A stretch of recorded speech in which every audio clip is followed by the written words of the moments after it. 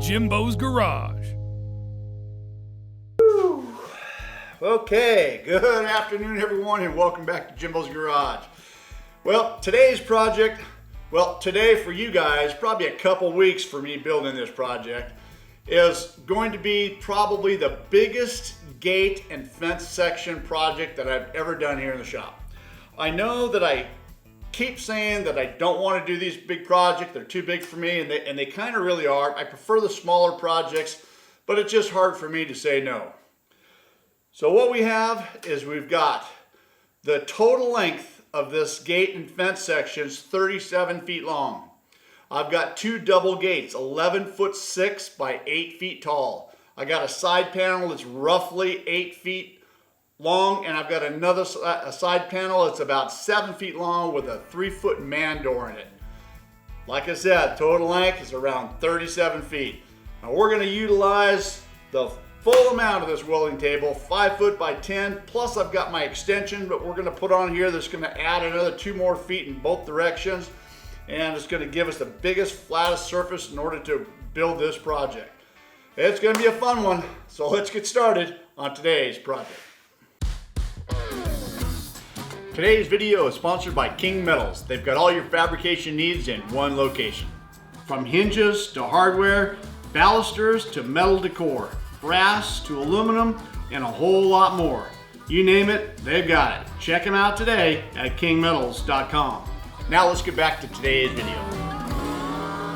All right, so let's get started on this massive project right here. Here is my table extension. I made this 2 or 3 years ago for a big project that I had, and I just kept it around and it seemed to work pretty good. And you can just see how it just mounted up and it instantly adds a little bit of length and width to my table, and that's been a good deal. All right, so the first thing I'm doing here is cutting out some square end caps for the 4x4 posts that I'm going to be using, and there's going to be 4 of them, and that's what I've got cut out. I'm cutting them out right here.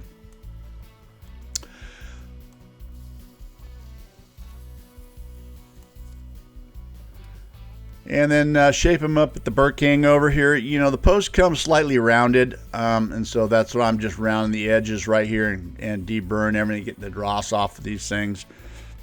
Just kind of clean them up a little bit, and you can see right there how they go on. I like doing this. It just makes for a finished looking product right here. And once I get these things welded on, of course, I'll take the flap disc and I will clean everything off, grind everything down, and make it look like it's a nice finished product.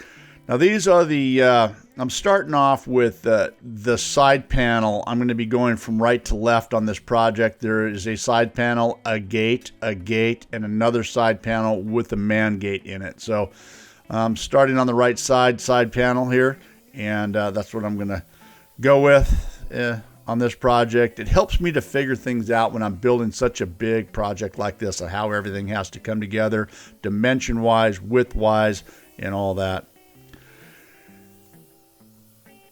All right, you can see me just grinding all the edges up, cleaning everything up. This will be the first step of this. Like I mentioned, these are 4-inch square tube. Now this is 188 wall thickness, 3/16 of an inch thick. And these things are about 11 feet long. 2 posts are going to be 8 feet tall, and there'll be 3 feet in the ground. All right, so here's the material. Now, most of the time you see, I get the material, I cut them in 10-foot lengths or 12-foot lengths. This is 20-foot lengths. This is the reason why I cut everything down, because I can't deal with 20-foot lengths in my shop very, very easily. You can see it just consumes the whole welding table and everything, and it's just difficult. But I had this material delivered to the shop, and that's something that I don't usually do. I usually pick it up from the metal supply store, but since this is a fairly large order, I just had them deliver it here. All right, so there's the first side panel, the top and bottom rail in there where they need to be, and you can see how those posts go from one end of the shop to the other, and that's going to pose a little bit of a challenge for me here in just a little bit on this panel, and you'll see that. All right, so this first thing, like I did right here, is get top and bottom rails on and be sure everything is nice and square. And then I'm going to weld this in, and that'll lock this this side panel in to where everything is square, that I can move forward and I don't have to worry about it. And of course, we're welding everything all the way around. So the posts are 3/16 or 188 wall thickness. The rest of the material that I'm using is 095. Typically I use 063, which is about 1/16 of an inch for most of the stuff I do, but since this is more larger, more heavy duty, I decided to step it up to the more thicker material.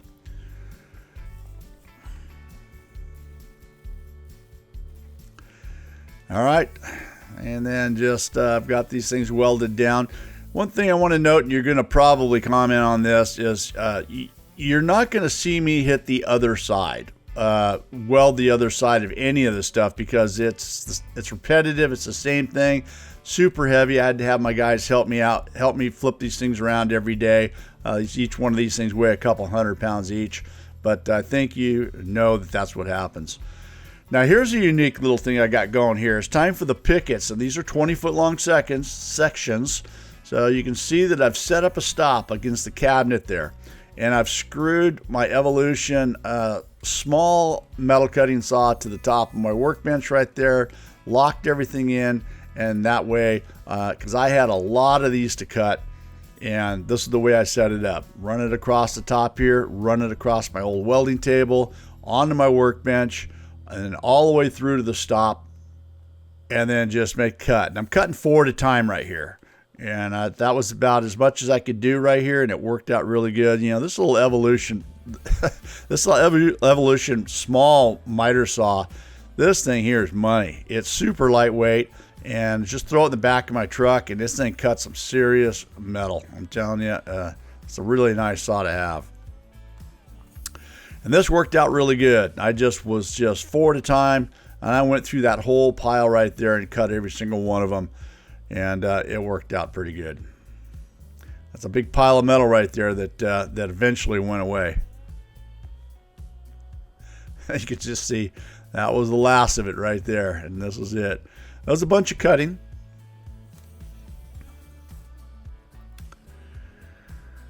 But ultimately got it all done. And here's another little added thing. Now these are the spears that they want on the top. We're matching some existing fencing that's out there, and the existing fencing had these spears. Now I've done these before in some previous projects. That's something that I don't do, but I have to have them custom made. And there is a company locally here that smashes those spears, and I just have them done. You can see I had 12-inch long pieces. They smashed both sides, created the spears, and then I just cut them right in half, and I was able to utilize it that way. All right, here comes the pickets here, and of course my traditional, I get a lot of people telling me, why do you do that? You got wood spacers in there. When you do the math, you should know where they line up, and that's fine. I understand that, but hey, I'm old school, and this is the way that I've done it forever, and it works good for me. So I'm just going to continue to go for it. I have those spacers in all different sizes, in eighth inch increments, and we're using 4-inch spacing on this one right here. And a little bit of a challenge because you can see that I had to balance that wood on the end of my table extension out there just to hold it in place. And then again, this is what I'm talking about, how this posed a little bit of a challenge for me, how I had to, duck underneath those posts, one picket at a time, underneath, up, underneath, out, other side, weld this. And hey, I'm 66 years old, man. You do this too often, the back gets a little sore. But that was the only way I could do it. It sure would have been nice to have an extra welder on hand, to have another guy inside there and me at the top side. Probably could get this done super fast doing it that way. But yeah, it is what it is. I do everything myself, and that's just the way it goes. So what's happening, you see me running over to the Burr King doing some trimming, and it happens on every single thing that I do right here. When you're welding gates or fence sections together, the top and bottom rail always draw in on you. So this is the case here. It started to draw in, and so I had to trim about a 1/16 off of a couple of those pickets in the center there to get them to fit. All right, we're getting down to the very end here. So like always, the last 3 or 4 pickets, I space them out accordingly to be sure that they're equal. That might be minus, or it might be less or plus an 1/8 of an inch to make that difference up. And that's what's happening right here. Something that you'll never see. If I didn't tell you, you'd never notice.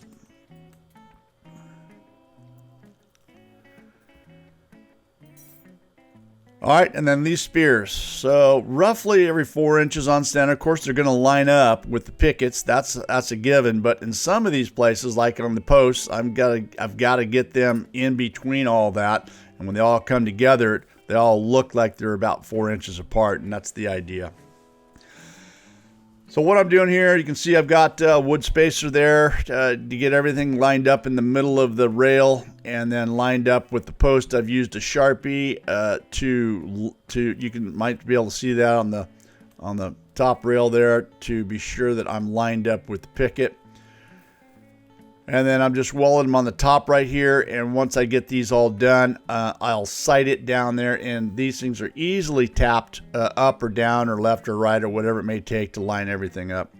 And then of course, once this is all done, you don't see it, but the gate's flipped, or the side panel's flipped over, and everything is welded all the way around.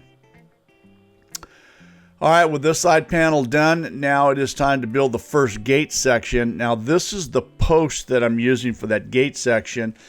Now you might notice that this post is a 2x3. Now I'm going to try to explain this the best I can. Hopefully you understand. So 2x3. So I'm using giant barrel hinges or weld-on hinges. There they are right there. They're 10 inches. These things support about 1,250 pounds each. There's plenty of support right here, but they need to be flush with the post on the outside. And so the post is 4 inches square. I got 2-inch tubing on the inside to the center. So I've got this 2x3 post that is going to be flush to the back side. That way I can get the hinges welded on. And then when I put the 2x2 rail, I will put it flush to the bottom side of that 2x3, and everything will line up. All right, there it is. The hinges are on. And one thing I wanted to point out quickly is when you weld those hinges on, you definitely have to have them in a straight line. If they get cockeyed one way or another, it's going to make it difficult for that gate to open and close. Be sure those things get lined up. All right, so once again, utilizing my little Evolution miter saw right here on my welding table, because these things are 20 feet long. And of course, this thing is almost cut in half, so just, no room to do anything, and this is the only way I could figure it out.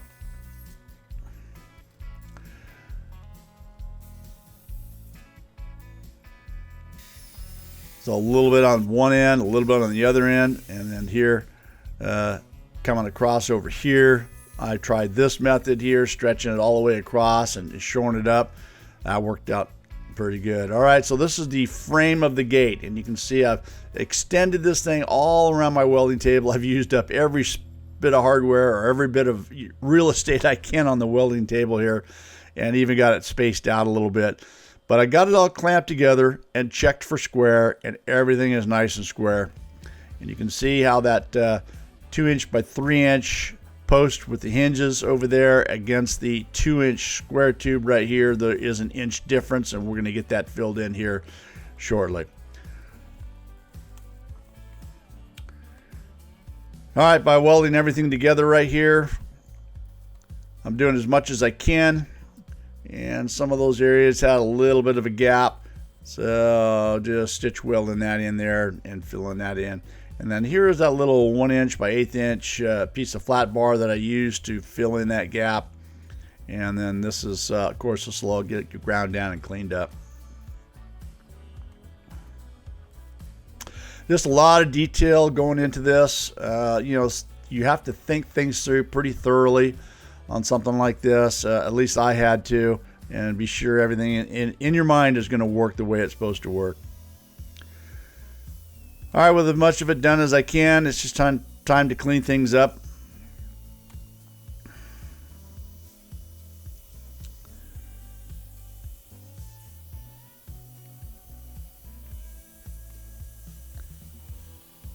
Got a champion flap tips here. And just rounding off, cleaning up, grinding down these edges, trying to make things blend in as smooth as I can.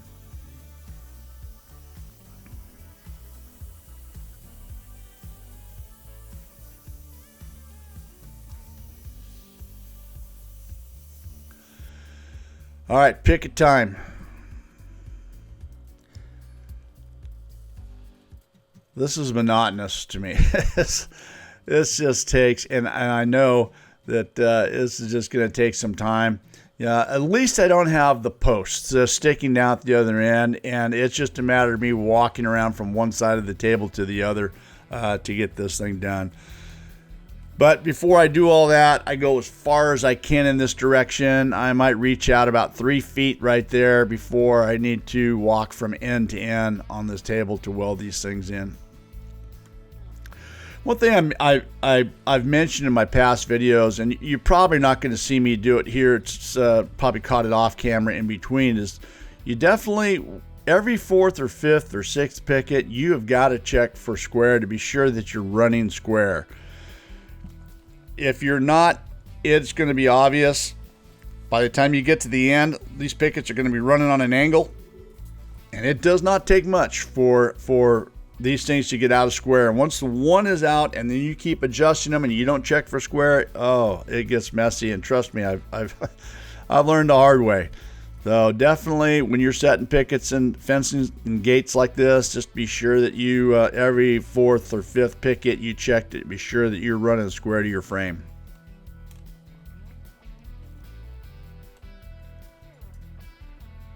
And here we are, back and forth, back and forth, back and forth. You know, it's just a lot, but that's what you got to do.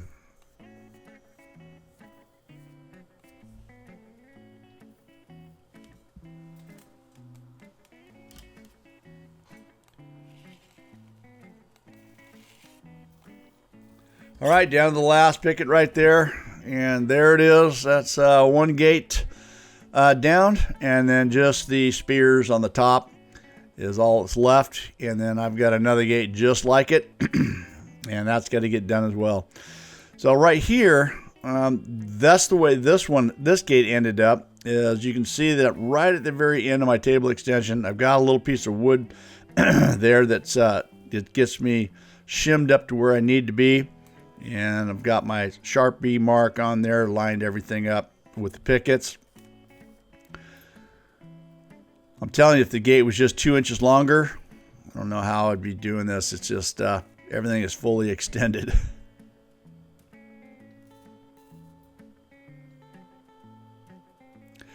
Definitely the maximum ability of everything. I wouldn't want to say build anything much bigger than this project is right here. Here's the next thing. My gun lead is 12 feet long, and I've got it fully stretched out. I've got the machine pulled halfway off the cart here, and just to get this last one in, I had stretched this thing to the max. You can see it right there. I couldn't pull anymore, and it was just enough to get that spear welded on. All right, this is the second gate. A lot of the same stuff right here. So we're just going to kind of breeze through this. It's pretty much a lot of the same stuff right here. You can see there's a gap right there, and just kind of stitch welding to fill that gap. The cup maybe wasn't exactly perfect, and I had to open it up to get it square. So that's what happens sometimes.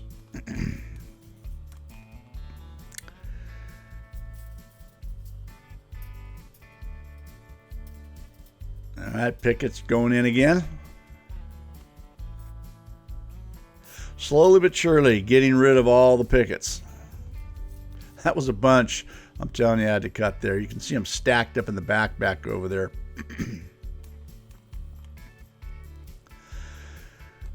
All right, I'm just going to get this second panel done up here, and we'll be our second gate buttoned up, and then we'll be moving on to the last panel. That is the panel with the man gate.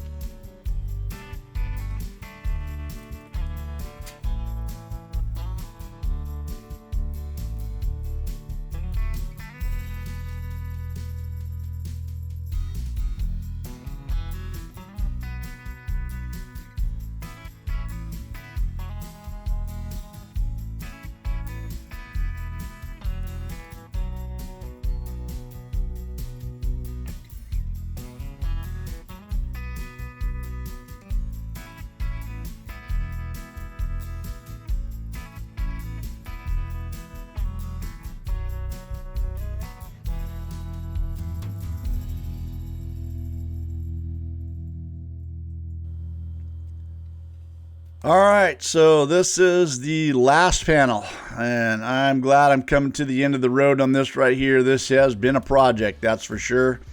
And this side panel is the smallest one. I believe it's about 6 feet wide, a little more than 6 feet wide, but the same thing, 8 feet tall. So these two posts right here are going to be 8 feet and then 3 feet in the ground. So once again, I'll be doing a lot of that ducking back and forth to get to get around to do the welding here. All right, got the caps on, get everything ground down, smoothed up.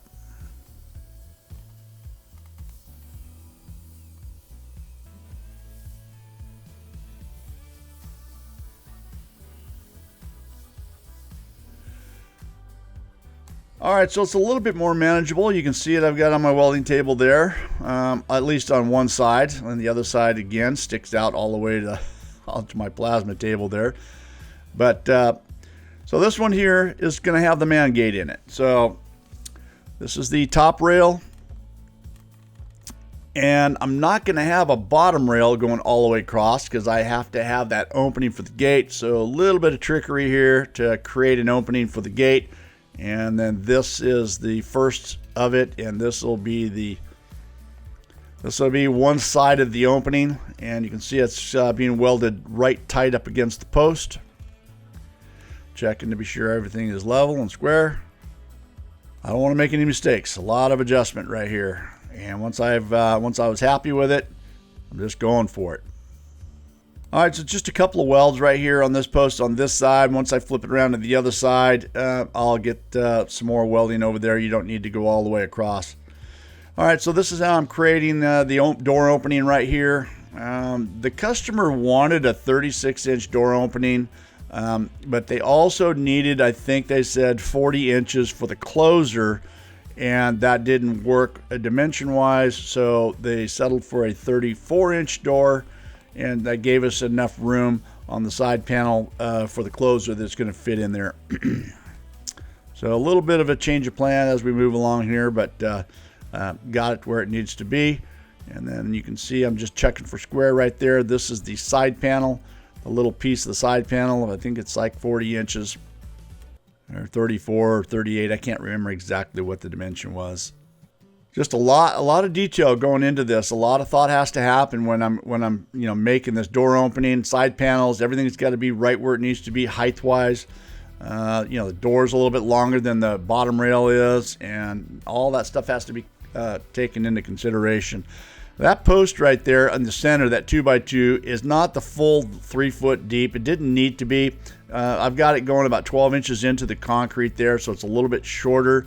And that little 1.25 inch square tube you see right there that I'm welding on, this is just a support. This is just a temporary support to hold everything nice and square while I'm finishing the build of this side panel and also transportation. And they can, if they want, when they install it, leave that because that bar is going to be below grade, or they can cut it out. But while I'm building this thing and transporting it to the powder coater, that is a support that's going to keep everything nice and square.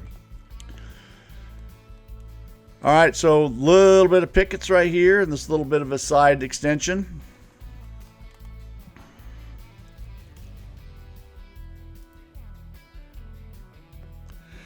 Again, we're going with 4-inch spacings, but on something like this, I'm starting with 4, but like always, right when I'm about halfway through, I'll make the adjustments I need because it doesn't always line up right on the money. Sometimes I get lucky and it's pretty close, but sometimes it's off a little bit and you got to make those adjustments. It may be 3 3/4, might be 3 5/8, whatever it is, for the remaining 2 or 3 pickets to balance it out.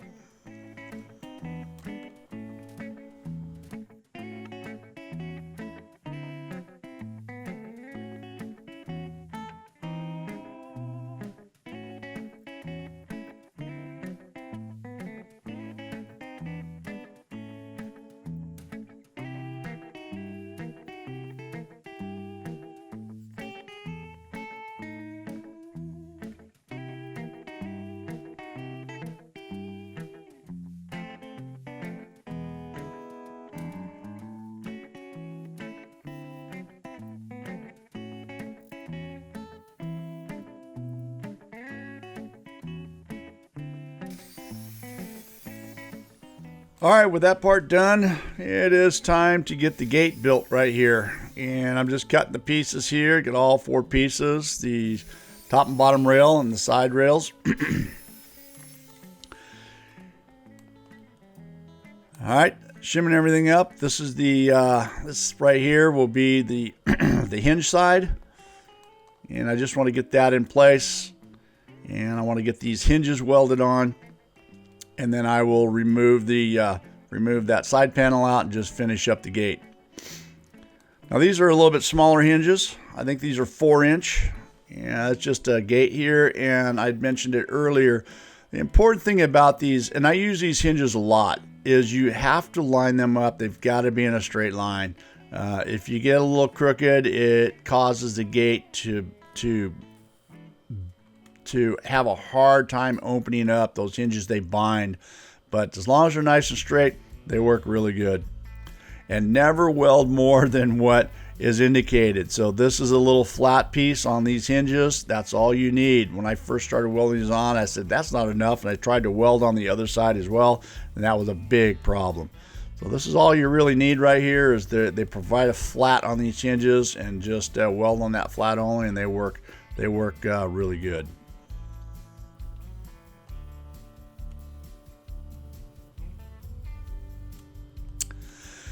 All right, got the table dogs in place here. Get everything nice and square, clamp everything down.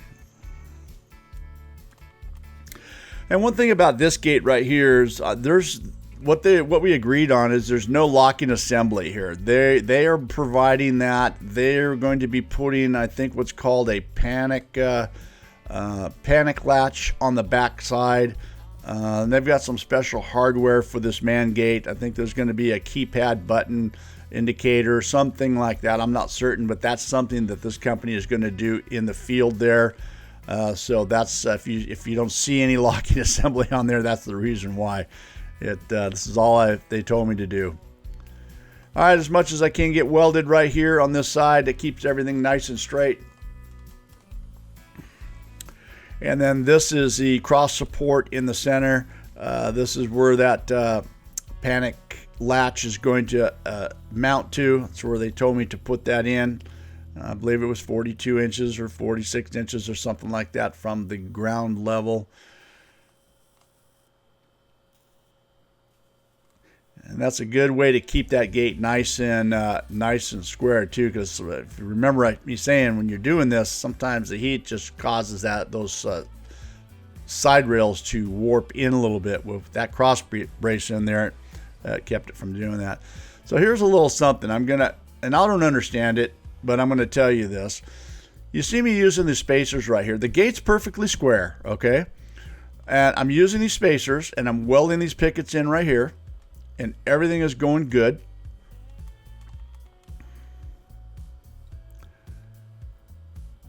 And this one worked out pretty good. So it's 4-inch spacers or whatever they may be, and then you can see this right here ended up being within like a 1/16 of an inch. That worked out pretty good. So you would think that if you did that on the top and you did this on the bottom, and that everything would line up all the way down and it would be perfect. That's what I was thinking when I was going along welding. There's no reason for me to check to be sure that the things are running square, because it's exactly the same top and bottom. But if you look real close right there, you might see that they're a little bit crooked. And I don't know how that happened, but it was all welded out. I mean, it was close, but it wasn't perfect. Yeah, it's just a lesson learned. You got to check everything. All right, this is some expanded metal. They decided this is what they want on the back, so they don't want anybody reaching through the panic latch right there to be able to open the gate. So I've got this expanded metal on the gate, and I also added that expanded metal on that side panel as well, so that you didn't see that. This is something that they decided at the last minute, oh, we got to put something on there to stop somebody reaching through the gate. So that's what I did right here. The last minute we added that in. And I just cut that out and then dropped it in place right here and just welding it all the way around. And then I will get a couple of welds on the inside of the pickets right there and just kind of hold everything in place. And you see me when I'm hammering down right there is just what was left over. When I cut the expanded metal, it's resting on the welds right there, the pickets. So I'm just pounding that down so it is flat and flush to the pickets. And we're getting really close to the end of this project right here. And I'm telling you, it was a super fun project to make. Yeah, I learned a lot like I always do. And, I keep saying I'm not going to do these massive big projects, but like I said, it's hard for me to say no. This one sounded really interesting to me, and it was fun. All right, well, there it is. Got it all completed, everything put together, and that's what it looked like before it headed over to the powder coaters. I hope you guys enjoyed watching this video. It sure was a lot of fun for me to make. Don't forget to check out my website at JIMBO'S for table dogs, merchandise, torch lead holders, etc. Thanks for watching, guys. I'll see you on the next video. See you next time on Jimbo's Garage.